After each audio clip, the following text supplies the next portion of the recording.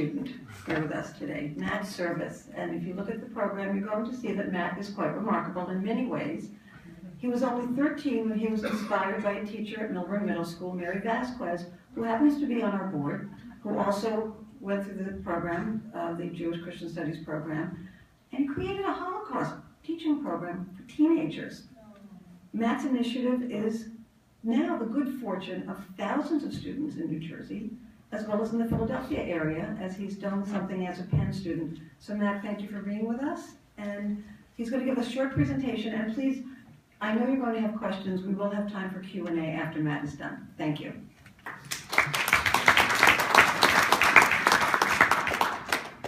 Hi. I just want to thank the Cicero's Theory Fund for having me speak again. And congratulate all of you wonderful teachers for a job well done. It's truly inspiring to hear your stories, and as a student who has teachers all the time, I think it's really difficult. Students sometimes don't fully appreciate how much their teachers put in. And I have a sister who is now a kindergarten teacher for the first year, so I have an increased appreciation. So my story starts when I was actually 12 years old, when I was introduced to Marcia Kruzman. She's here right here. And, I always say when I first met Marcia, I didn't really understand the Holocaust. Sure, I learned about it in Hebrew school and had heard about the history of World War II and all the key terms, the statistics, but I didn't get it. I didn't understand what the Holocaust really meant until I met her and heard her story. After learning her story, interviewing her, she grabbed a hold of me and she said, "Now that you've heard my story, it's your responsibility to ensure that future generations never forget the Holocaust." While that was a daunting charge to put on the shoulders of a 13-year-old, I decided that the best way to do that was to teach it to other students. So starting in 8th grade, I developed a curriculum to teach the lessons of the Holocaust, and I went around my area doing just that. By the time I was done with high school, I enjoyed some success. I presented to over 2,000 students and at over 30 institutions. And I was lucky enough to have the New Jersey Commission on Holocaust Education approve my curriculum as an official teaching resource for the state of New Jersey. But when I got accepted to the University of Pennsylvania in Philadelphia, I didn't want my work to stop there. I decided that I had a unique opportunity to expand my reach and further my impact. So, I was thinking about the curriculum. I had written it when I was in 8th grade. Yeah, I made some minor improvements here and there, but I hadn't really thought about it holistically since its inception. And I thought about those words: ensure future generations never forget the Holocaust. And in Holocaust education, the term never forget is thrown around a lot. But I wanted to think about, what does that really mean? Never forget, never forget. And I came to two, pretty other easy answers, because you hear them a lot. The first is you don't want those who died to have died in vain. And I think that I did a really good job in my initial sort of crafting of the curriculum to incorporate that idea. I always tell my students, you can't understand the Holocaust till you understand it's about people. Many of them, just like you and me. They had their own families, their own jobs, their own hobbies, their own lives before they were taken from them. And so this humanization of the Holocaust was something that I think I really strived for in when I originally crafted it, because I didn't get the Holocaust until I met a real person. But then I thought about that second sort of term you get thrown around a lot, which is that we don't want history to repeat itself.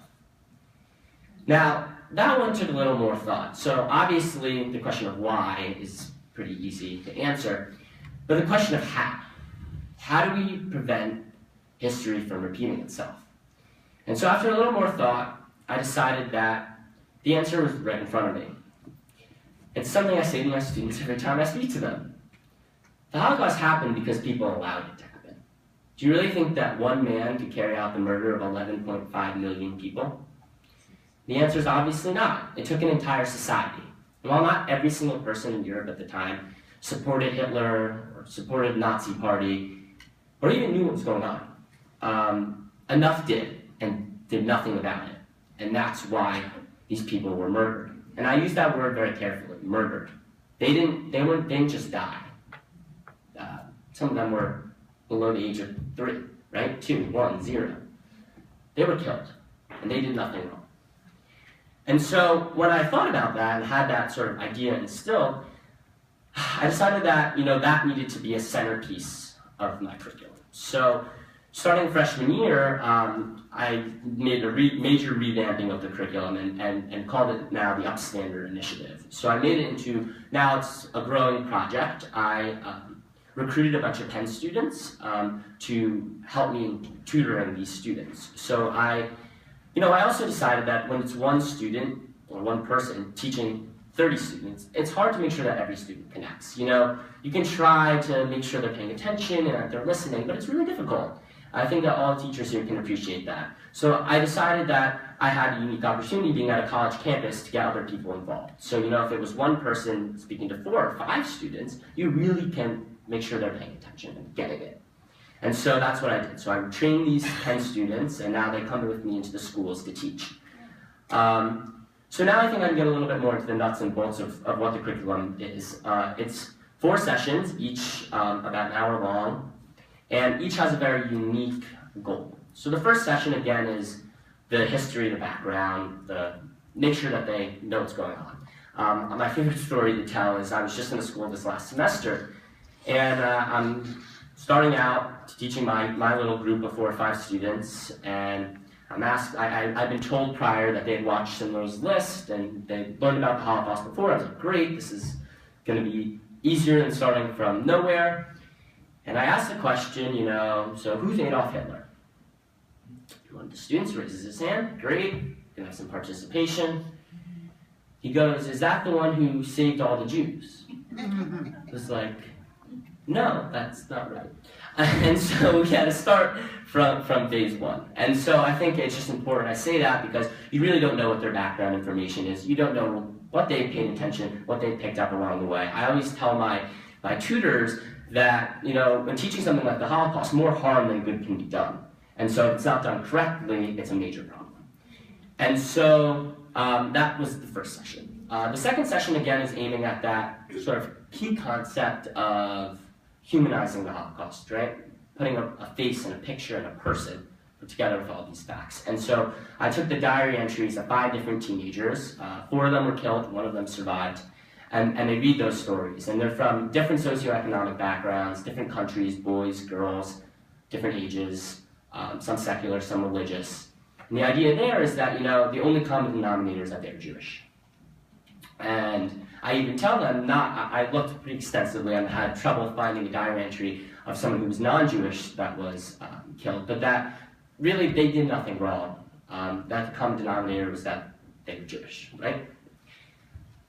And then the third session, the main point of that is I can bring a Holocaust survivor in to speak. I don't think you can teach about the Holocaust with survivors still around and not hear a first-hand account. Again, that's how I learned it, from meeting Marcia.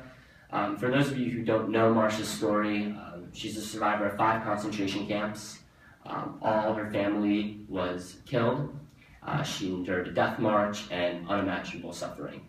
And so to me, that was how I learned it, and so I wanted to make sure the students were able to have that same experience. So Marcia used to come with me to every school in New Jersey, but I can't bring her to Philadelphia with me as much as I try. She's too old. And so I made a partnership with the Holocaust Awareness Museum and Education Center in Philadelphia, who is a network of survivors that come to speak. Now the last session is that session that really I worked extensively on this year, and that's this idea of why we come to speak to you. Why is this relevant? And that is sort of hard to teach because you can teach, there's tons of people that teach about the Holocaust, and then there's tons of people that teach about this idea of not being a bystander. But this anti-bullying, it's a hot topic issue right now. But, and especially, I want to point out, especially with what's going on in Europe and around the world, the issue's ever most relevant. And so, you can teach them separately. But I think that you miss an opportunity when you teach them separately. And the opportunity is that, me telling somebody, speak out when you see something wrong only goes so far. But if they can see the detrimental effect of what saying nothing does, then they can put the pieces together for themselves and really internalize that lesson and take it to heart. And so that last session, I've worked pretty extensively to get that point across. So we do different activities. We have them use something called the pyramid of hate. So it's from the Anti-Defamation League, and it's basically this idea that you can see how it starts out as maybe just a belittling joke and can escalate to something like genocide. And so I really end that lesson with the idea of talking about problems in their community and what they can do to address them. So this isn't just a Holocaust thing, this is a people's thing, right? This is a problem that vexes our society. And the idea that they can, empowering an individual, each student has the capacity to promote change. I'm a big proponent of the ripple effect. So Marcia spoke to me, I learned her story, and then now I teach other students. So maybe if just one of those students, out of the thousands of students I've spoken to, one of them sort of continues that ripple forward, then the ripple effect continues, right? And so I think that that's one of the amazing things about being a teacher, is that you don't know what your students go on to do. I mean, some of them might stay in touch with you, but you don't know where all your students go, what kind of impact you've had on them. And I think it's a really awesome experience to be able to impart that upon them. So the last thing I sort of wanted to end with was my favorite quote. I use it also when I speak to my students every time. And it's a quote by a man named Martin E. Mueller. So he was a member of the Nazi Party. He supported Hitler's rise to power. And then when he sort of saw these crimes against humanity, he spoke out. And he spent over 7 years of his life imprisoned in concentration camps for doing so. And the quote is, "First they came for the socialists, and I did not speak out because I was not a socialist. Then they came for the trade unionists, and I did not speak out because I was not a trade unionist. Then they came for the Jews, and I did not speak out because I was not a Jew. Then they came for me, and there was no one left to speak for me." So I think that quote really encompasses the main idea of why people need to be upstanders versus bystanders in society. And that's what I hope to achieve. So I just wanted to end by telling you a little bit about what I'm trying to do with the program. So obviously I'm a sophomore right now, so I have 2 more years to sort of grow it in the area of Philadelphia. And I'm working to expand to other schools and do the best I can in the Philadelphia region. But my larger goal and my hope eventually is, I'm right now going through the process of trying to make it an official nonprofit organization. And the idea is that I want to partner with other institutions, other schools, other teachers, and have them adopt the curriculum. And the idea is then, even no matter what I go on to do, that this lesson and this idea will continue to be taught. And so that's what I'm striving to, and hopefully, if anyone has questions here, because you guys are all teachers, I would be happy to speak with you about sort of what the curriculum entails and how to teach it. So again, I just wanted to thank everyone for listening and giving me the opportunity to speak today. Congratulate you guys on a job well done. Thank you.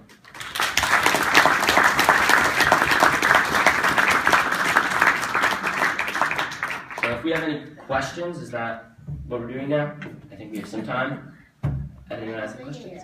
Yeah. Can we access the curriculum online? We can. So the curriculum is on the New Jersey Commission on Holocaust Education's page, but I think it was taken down recently because I've made some changes and I'm working on finalizing it. But I have it in a PDF document, and I'd be happy to send it to anyone who wants it. And I will continue. I'm going to make sure that it gets back on the website as soon as possible. Okay.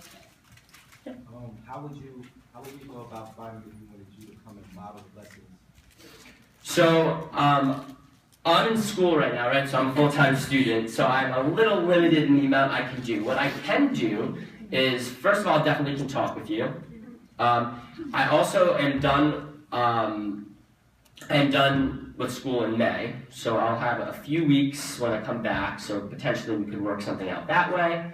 And I'd be happy to work with anyone in the summer if they want to be sort of trained in being able to teach the curriculum in their schools. How about, do you have any CDs of you doing the training already that maybe we can use to show? I think we have something similar. I mean, I went over a major change and it's sort of new curriculum right now, so I can definitely work on getting that. Okay, it sounds great. I'm very interested. I appreciate that. And I didn't say, so it's tailored towards high school students. So I'm going to explain. So there's ways we can manipulate it so that it can be taught to a younger audience. Part of the problem is the diary entries. First off, there's some graphic details. Second off, it's about the reading level. So we'd have to talk to sort of make it so that it's at a level applicable to your students. What is response you're getting from the other universities or other organizations that you're trying to reach out? So I didn't want to put put the cart in front of the horse. I wanted to make sure that the curriculum was sound and ready to sort of be expanded upon. Not expanded upon, ready to be deployed in other places before I reach out. So I'm making sure I had a solid base and wanted to test it a few times in Philadelphia. So actually starting this coming Friday, I'm going into a school in Philadelphia for the second time. So I haven't yet started reaching out to places. I think that's sort of my longer term goal, but I'll let you know how it goes. And I would ask him to speak for the university, you might want to reach out to see Paul. That'd be great. I appreciate that. Have you thought about discussing this particular question, which is those people who did speak out, Right. and those people who actually stood up against it, why did they do that? And what was it about them that gave them the courage or the strength of will to be able to do that, and what happened to them? I think that is part of the story, which unfortunately, in my experience, has not been sufficiently told, especially since many of them did it in what I would say were very inconspicuous ways. Right. And that it was clear that they were standing up, and yet it wasn't like the kind of thing which would immediately put them in jail and things like that. And the other thing I think one should not stop with that, but for example, the great number of people who were part and parcel of the whole Nazi movement, who were then hired by the United States because they could be used against the Soviets, for example. Right. Or what is called the second guilt. Remember when we were in Germany, this came up with this issue of the second guilt, which is the guilt over having done so little about the first guilt. Right. I think that's part of the story. I think it's not enough for us to simply speak about how terrible it was, and it was terrible, how so many people allowed it to happen, and they did. But also we have to ask ourselves, what were those forces that not only allowed it to happen, but actually contributed to exonerating the very people who did it? Right. That's got to be part of the story. And if it isn't part of the story, then I think we're just not really. I think it's, I'm reminded of a very dear friend of mine who wrote a great deal, Leon Wells. I don't know, you should be using his material. He wrote a great book called The Jaworska Road. He also wrote another book, Who Speaks for the Vanquished? That is, who's speaking for those people who really were destroyed. And I must say, in all honesty, he tells the story of how, in fact, the way he met people who literally refused to acknowledge even what was going on. Right. And the whole structure by which this thing has been sort of, you know, never again, yes, let's have a memorial, yes, let's educate about it, yes. But what are the structures that brought it about? And what are we doing about that? When you have, for example, the whole anti-Soviet industry, which in fact hired the Nazi scientists, that the judges who put these people to death got a slap on the hand and then were reinstated as judges. That's part of the story, and we can't ignore it. Right, and so I think that I have two responses to that. So first off, I do try to do a good job of including those righteous Gentiles and those who did do something, and as an example of what it means to be an upstander. The second answer is that and speaking about the Holocaust, there's obviously such a wide gamut of things you can cover. And I think that one of the challenges I have is that first off, these students, when I come to it, know virtually nothing. And so there's some basis of just information that I need to give them so they can even understand what I'm talking about. I mean, some of these, I did an exit survey to see what they remembered. And you know, I was happy that they remembered the general lesson of being an upstander, but they didn't remember the number of people that were killed. They didn't remember certain terms that I had covered with them. And so I think that it's a continuing struggle that I have when I'm trying to make the curriculum. First of all, making it elementary enough that it's enough for them to get the information they need. And second off, that I get that at least general message across. But I do agree that it is a very important part of the story. I should continually work to incorporate it into what I do. But thank you for your point. I really appreciate the feedback.